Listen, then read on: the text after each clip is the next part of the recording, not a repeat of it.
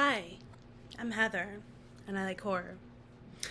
Um, I am making a video today to do a review of a film that I saw yesterday. Yesterday started really good. I got my new issue of Fangoria, which is excellent. Obviously, it's excellent every edition.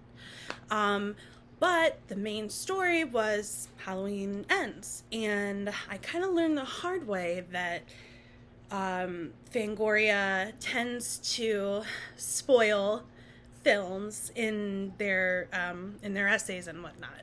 So I have on a palate cleanser of a film going behind me. We are watching Rob Zombie's Halloween 2, miles above the atrocity that I witnessed last night. I watched Halloween Ends specifically so I could read the article with Jamie Lee Curtis interviewing, and it looked like a really good article. I heard this movie was bad. I heard it was really bad. I heard people were really mad. But you know what? People were really mad about a lot of things, such as one of my favorite Halloween movies in the franchise, Zombies Halloween 2. People hate this movie. This is absolutely one of my favorites. I love this portrayal of Laurie. I love the portrayal of Annie. And so, I'm not going to trust other people's opinions. And as a diehard Halloween fan myself, I get to find out for myself. So I'm going to watch it. Let's sit down and watch it, okay? So I watched it. I started taking notes while I was watching it because I realized this is so bad and I'm so angry and I'm so emotional that I'm going to need to go above and beyond and not only tell people this movie is terrible, but have it on fucking record that it's the absolute worst, okay? First of all, let's start with the runtime. 1 hour, 53 minutes. No business being that long. This film had no business being that long. The filler scenes were absolutely useless. There was a lot of time spent trying to make us feel this connection between Corey, Michael's fucking predecessor, whatever, Michael's buddy, Michael's boyfriend, I have no fucking idea. So we have Corey and Allison, Laurie's granddaughter, so they have this love story. Okay, there's no chemistry. We could have watched them together for 17 hours and it wouldn't have changed anything. There was no chemistry, but the movie was filled with scenes trying to make us like them, okay? Like them together. Overall, it had this teenagers being bad vibe about it, which I thought was very Halloween 4 and 5. I felt like sort of the beginning, just with the kids making fun of the babysitter who was, Corey, who killed the kid or whatever. Wasn't he 21 and then 4 years later or a year later or something, so he would have been in his 20s, and I believe that these kids that were bullying him were high school kids. I don't know, but regardless, they had this very asshole vibe about them, which was very Rachel's boyfriend a la Halloween 4, okay? So I was getting that. The references, of course, are, the knife on the table, being picked up from the POV of the killer. I think that was done 2 or 3 times, we're not smart enough to get it the first time as diehard fans of the films. That's another thing. This film treated us like we were stupid. That opening dialogue of Laurie, explaining all of Halloween kills and then also explaining the intermedium of it. Jamie Lee Curtis is an incredible actress. Why are we Why aren't we using her for that? Why not cut out all of that bullshit filler of those kids on the fucking motorcycle and actually show Laurie what Laurie did after the events of Halloween Kills, or like what happened to her? Well, apparently she's just fine.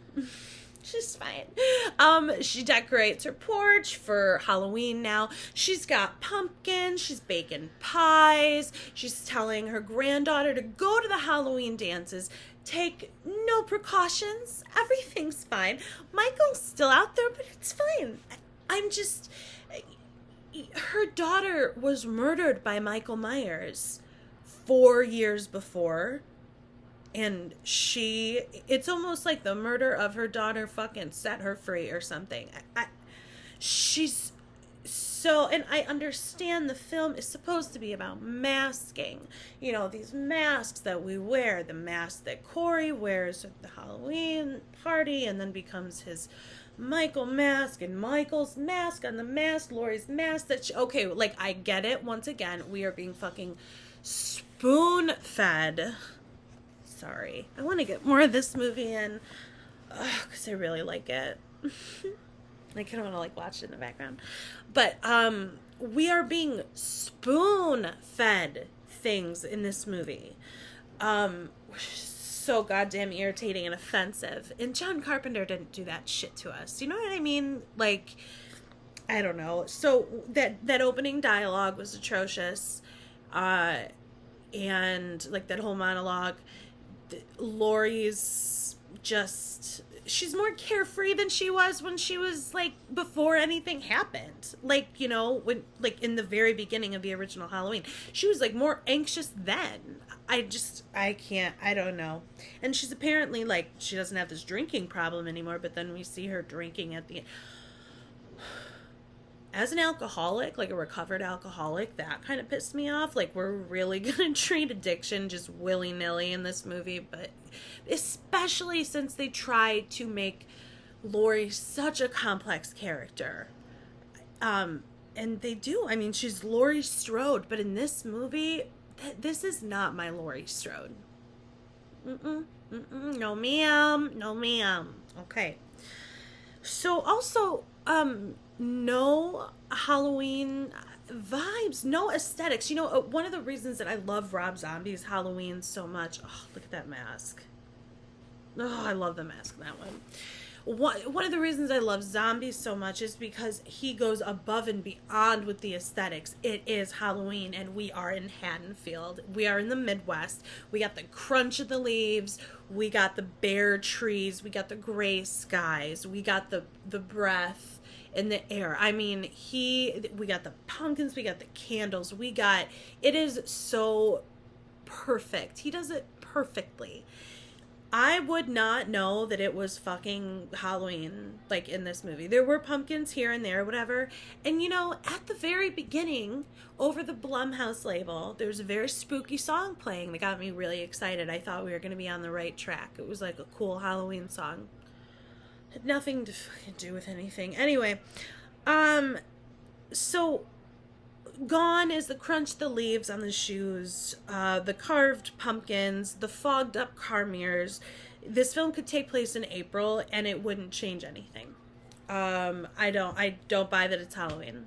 I buy that it was made on a soundstage in LA. So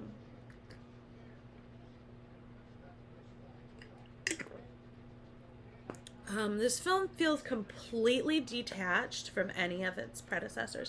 I'm sorry, part of my septum fell off and it's like hanging on for dear life in my nose, so sorry. It feels completely detached from any of its predecessors. The movie is not about Michael, it's not about Laurie, it's not about Sam Hain, Samhain. Maybe it's about evil. They certainly try to fucking make us think it's about evil, you know, with this whole evil doesn't die, it changes shape. Okay, Laurie. But it doesn't matter because the characters it doesn't matter who it's about because the characters in the movie, they don't matter. Like those kids that beat up Corey are fucking assholes. We don't care when they die. And we don't know anything about the kid at the beginning. We don't really care that he dies, except for that he's a kid, so we have to care. You know, cheap shot, making the first death a kid. It's like, whatever. I thought it was clever at first when I saw it. Now I'm not happy about it. I don't know. Obviously, the dialogue is atrocious. I believe Corey says at one point about Allison, or I know he says at one point, if I can't have her, no one can. He says that more than once, I believe. And we had better dialogue in Resurrection, in Halloween Resurrection, when Sean Patrick Thomas was talking about Michael didn't get enough basil in his diet and shit, and, you know, he had too much protein and everything like that. That dialogue was better. Busta Rhymes' dialogue when he was doing Kung Fu in his hotel room was better than the dialogue in this film, and the dialogue in Halloween Kills. I mean, I understand it was like, what was it, like, written by the guy that did Pineapple Express? I can totally fucking tell. People are like, I can't believe he made a horror movie. Well, I can, because the dialogue, I don't buy it. Laurie doesn't talk the way she talks in this. Oh, I burnt the pie. No, I'm sorry. No, I need my Laurie with bite. And even at the end, when it's her and Michael, and you're expecting the huge battle, there's no bite. Laurie just uses circumstance. And that's not the Laurie that I like, and I know. Scout Taylor Compton does a better job, for Christ's sake. Okay.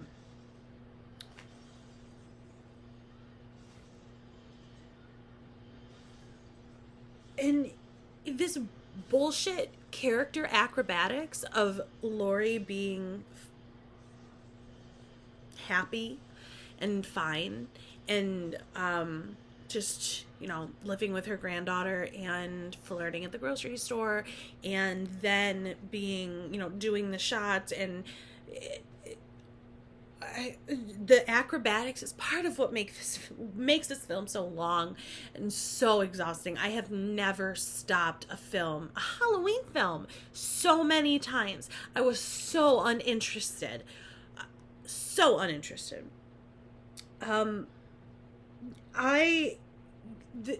Not only is the, what am I trying to say? Oh, doesn't she look great? She looks great. I love her in this.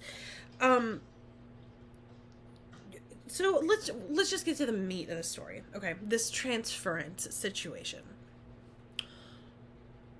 Michael is old now.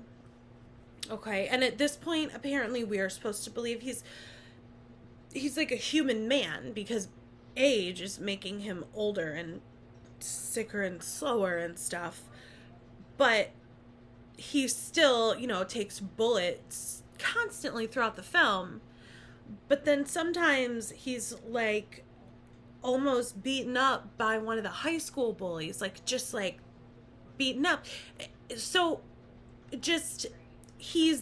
we're supposed to believe that he's losing his strength and that the evil is still in him, and evil, what did Laurie say? It changes shape, right? Yeah, it changes shape. So Corey, this person who accidentally killed this kid while he was babysitting, is now the new Michael, and Michael doesn't want to kill him. Michael tries to kill him and then sees himself in his eyes or something, and so he doesn't kill him, but then he begins to like turn into Michael, and he has this strength that he didn't have before. Mind you, this kid looks like a 19-year-old virgin. He's like 5'6". There's just this. this is not the first time that this kind of transference has been done in the franchise, and it's been done a lot better. Halloween 4 and 5, where Michael transfers the evil to his niece. She kills her mother or stepmother. I forget the details of it, but it's been done before. It's been done better. I don't know why it was done in this. It was very sad to see Michael so old and broken, and it wasn't scary. And this movie wasn't scary. I'm sorry, it wasn't scary. Um, it had it didn't relate to the other ones. This trilogy, if I can be honest, the 2018 one was pretty good. Okay, I own it. I watched it quite a few times. It's not bad. Okay, Halloween Kills was when I started to get pissed the fuck off, because all of a sudden Riot in Haddonfield, it just. And you know what? They did that kind of in Halloween 5, too, or 4, maybe, where the guys from Haddonfield tried to help. I think it was 4. They tried to help Rachel and Jamie get away, and the town was kind of against Michael. But this was, I guess, calling back to that, but it didn't seem to be doing it in a respectful way, and I didn't believe it. And I believed it in the other ones. So, say what you will.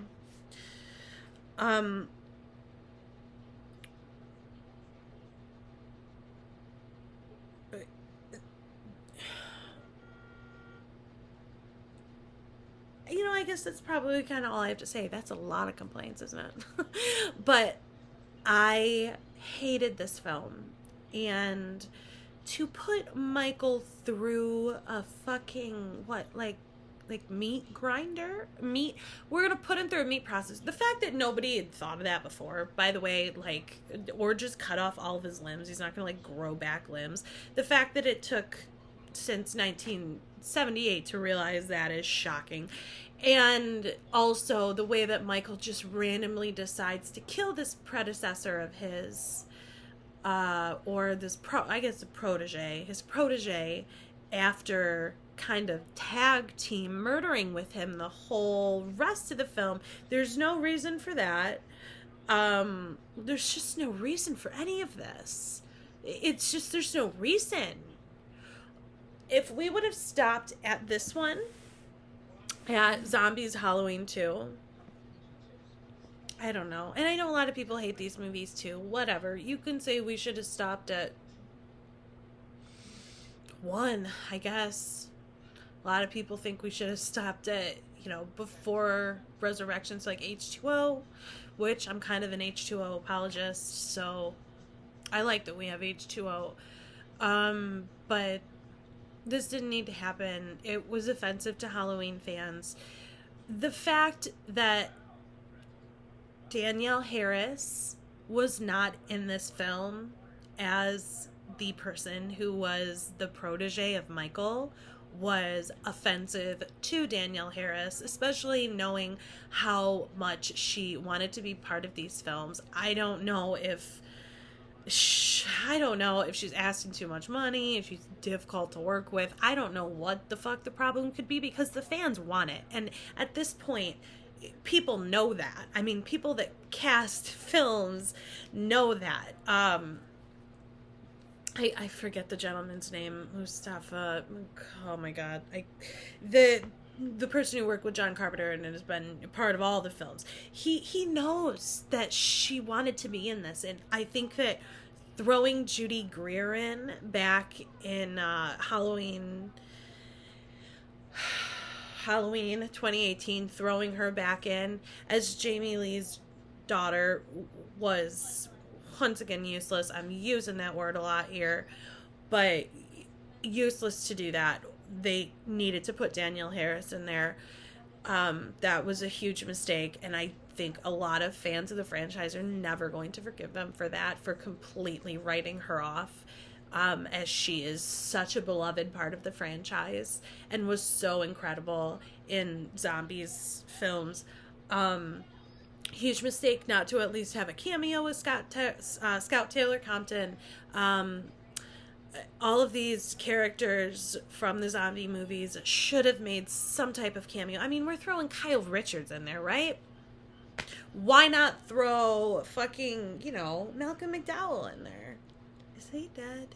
I don't think he is. But, why not throw, I would say absolutely, the only other person who's ever played Laurie Strode, to throw her in there. That pissed me off that they weren't in there. And pretty much everything else pissed me off. So, that is really all I have to say about that. I don't know if I'll ever do another horror movie review. I don't know if I'll ever post anything else. I think, at this point, I just needed to get this off my chest. I feel like a lot of people feel similar to me. And you're not alone. I'm upset, so fuck Halloween ends.